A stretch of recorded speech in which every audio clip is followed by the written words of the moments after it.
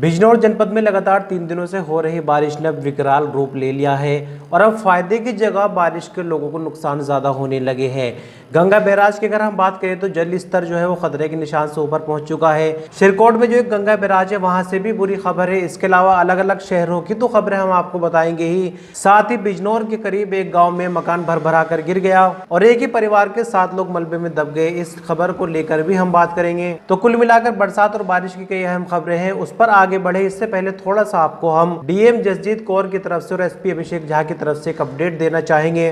तो जैसे कि आप अच्छे से जानते होंगे, हमने भी कई खबरें इस पर की है। मतलब ड्रोन को लेकर जो अफवाहें बिजनौर में चल रही थी वो अभी थोड़ी कम है, लेकिन चोरी को लेकर अभी कुछ ज्यादा ही खबरें चल रही है। इसको लेकर एक महात्मा विदुर सभागार में एक अहम मीटिंग की गई है, लेकिन यहाँ जो नए दिशा निर्देश दिए गए हैं उनमें खास और नया ये है कि ड्रोन को बिजनौर जनपद में पूरी तरह से प्रतिबंधित कर दिया गया है। साथ ही साथ गाँव देहात में जो लोग किसी अनजान को पकड़कर पीट दिया करते थे उस पर भी खास रोक लगाई है। अब हम ड्रोन के बारे में आपको थोड़ा बता दें कि शादी ब्याह में जो अक्सर ड्रोन के जरिए से रिकॉर्डिंग कर लिया करते थे, अब वो अपनी मर्जी से नहीं करेंगे। उसके लिए भी प्रशासन से परमिशन लेना होगी, तभी ड्रोन शादियों के लिए भी उड़ाए जा सकेंगे। मतलब जनपद बिजनौर में किसी भी तरह का ड्रोन पूरी तरह से प्रतिबंधित कर दिया गया है और लोगों की सुरक्षा के लिए पुलिस ने गश्त वगैरह तो बढ़ाए हैं। साथ ही एसपी अभिषेक झा की तरफ से कहा गया है कि कहीं भी कोई इमरजेंसी अगर हो तो 112 नंबर पर कॉल करें, पुलिस तुरंत ही आपकी मदद करेगी। देखिए, इसमें लगभग 2 हफ्ते से जो है ये प्रकरण इसमें सामने आ रहे थे। अलग अलग थाना क्षेत्रों से, कानपुर सर्कल से शुरू हुआ था, फिर अन्य थाना क्षेत्रों से इस प्रकार की सूचनाएं आ रही थी। इसमें 2-3 स्थानों से, विशिष्टतः थाना हल्दौर, थाना नगीना, थाना चांदपुर में जो है खिलौने जो है इसमें बरामद हुए हैं। इसमें थाना नगीना में जो है रात्रि के समय जो है इस प्रकार के जो ड्रोन कहकर जो है खिलौने जो उड़ा रहे थे उसके विरुद्ध जो उनकी गिरफ्तारी भी की गई है, इसमें कार्रवाई भी की गई है। इसमें आप लोगों के माध्यम से जनमानस से यही अपील है कि कृपया सबसे प्रथम जो है अफवाहों पर ध्यान न दें। दूसरा कि यदि किसी प्रकार की आपको सूचना मिलती है आप इमीडिएटली यूपी 112 पे इन्फॉर्मेशन दें। पुलिस तत्काल इसमें रिस्पॉन्ड करेगी और सही जाँच करके जो आवश्यक विधिक कार्रवाई होगी वो सुनिश्चित करेगी। इसमें ये भी अनुरोध है कि इस एरिया में किसी भी जो है बिना जांच पड़ताल के किसी अज्ञात व्यक्ति के साथ जो है मारपीट या इस प्रकार का जो है कोई कर्म ना करें, जिससे कि किसी प्रकार की कानूनी कार्रवाई करने की आवश्यकता पड़े। तो अब लौट आते हैं अपनी पहली खबर पर, जहां हम बारिश को लेकर कई अपडेट आपको देने वाले हैं और बारिश के बाद अंत में एक गुलदार की भी अपडेट आपको देंगे। तो पहले बारिश की वो खबर आपको बताएंगे जहां 7 लोग मलबे में दब गए। दरअसल आपको बता दें कि बिजनौर शहर कोतवाली क्षेत्र में अलावलपुर एक गांव पड़ता है। यहां लगातार बारिश होने के कारण एक मकान का लेंटर गिर गया। हादसे में एक ही परिवार के 7 लोग मलबे में दब गए। दिनेश सिंह के मकान का लेंटर अचानक भर भरा कर गिर गया। हादसे की सूचना जैसे ग्रामीणों को मिली, फौरन लोग मौके पर पहुंचे। सूचना मिलते ही पुलिस, उप जिलाधिकारी के साथ साथ दमकल कर्मी और गांव के कई लोग मौके पर पहुंचे और मदद की। राहत बचाव कार्य यहां पर शुरू किया गया।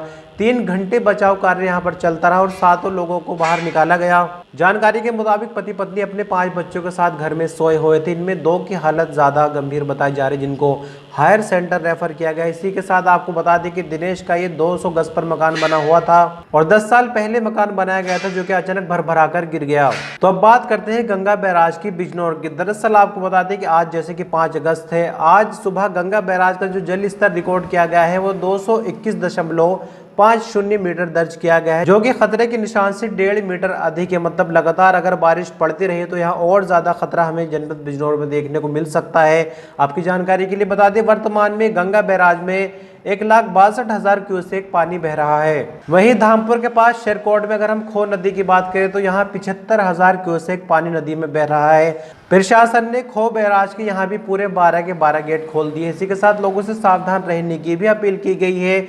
साथ ही साथ यहाँ प्रशासन और पुलिस विभाग की तरफ से बताया ये जा रहा है कि नंगला कोपा गांव में खो नदी का पानी घुस आया है, इसलिए यहाँ सभी लोगों को सावधान रहने के लिए कहा गया है। अब इसी बीच बारिश को लेकर एक बहुत ही अच्छी खबर आ रही है बिजनौर से। यहाँ हीलर्स हॉस्पिटल के पास चक्कर रोड पर एक पेड़ जो है वो सड़क पर गिर गया और यातायात पूरी तरह से ठप हो गया, लेकिन यहाँ किसी भी तरह की कोई मदद की अभी उम्मीद नहीं थी। जिसके बाद मौके पर पहुंचे यातायात उप निरीक्षक रवि नैन ने खुद और अपनी टीम की सहायता से, यहाँ देखिए कि वीडियो आपके सामने है, कुल्हाड़ी से काफ़ी मशक्क़त के बाद पेड़ के टुकड़े किए और रास्ता ये खुलवाया। मतलब किसी भी तरह की मदद में अभी टाइम यहाँ लग सकता था, लेकिन यहाँ एक पुलिसकर्मी की तरफ से इस तरह का काम होना बहुत ही एक अच्छी बात है, क्योंकि पुलिस को लेकर अक्सर नेगेटिव खबरें तो हमें मिलती ही रहती हैं। लेकिन यह एक सराहनीय काम उप निरीक्षक साहब की तरफ से किया गया, जिनको हमारी न्यूज़ टीम की तरफ से सैल्यूट है। एक और खबर किरतपुर थाने के बिल्कुल जस्ट पास से आ रही, मतलब थाने के बाहर एक बरगद का पुराना पेड़ लगा हुआ था, लेकिन लगातार जिस तरह से बारिश पड़ रही है तो बरगद के पेड़ की जो जमीन थी वो मुलायम पड़ गई और पेड़ के ऊपर ज्यादा वजन था कि अचानक देखते ही देखते पेड़ जो है गिर गया। किसी भी तरह की जनहानि यहाँ पर नहीं हुई है।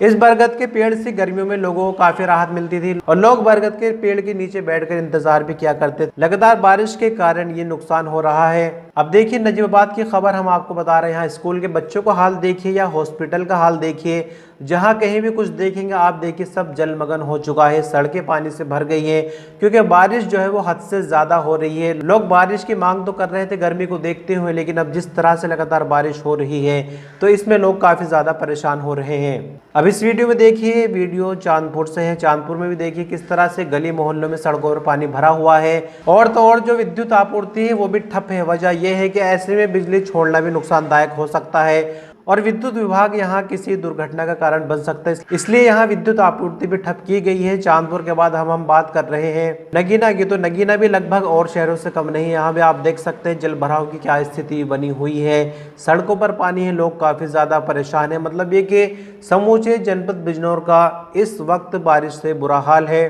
और साथ ही साथ फसलों के लिए भी अब ये पानी जो है अधिक होता जा रहा है, मतलब फसलों को भी नुकसान हो सकता है। तो अंत में हम बारिश की खबरों के बाद अब बात करते हैं गुलदार को लेकर। तो खबर है बिजनौर के शिरकोट से। यहाँ गुलदार आधा दर्जन बकरियों पर हमला करता है और एक बकरी को उठाकर ले जाता है। मतलब 6 की 6 बकरियों को गुलदार ने मार दिया है। अगर हम बकरी मालिक की बात करें तो 70,000 से भी ज्यादा का नुकसान बकरी मालिक को हुआ है। दरअसल शिरकोट थाना क्षेत्र में राम सहाय वाला चुंगी के पास अफसर का मकान है।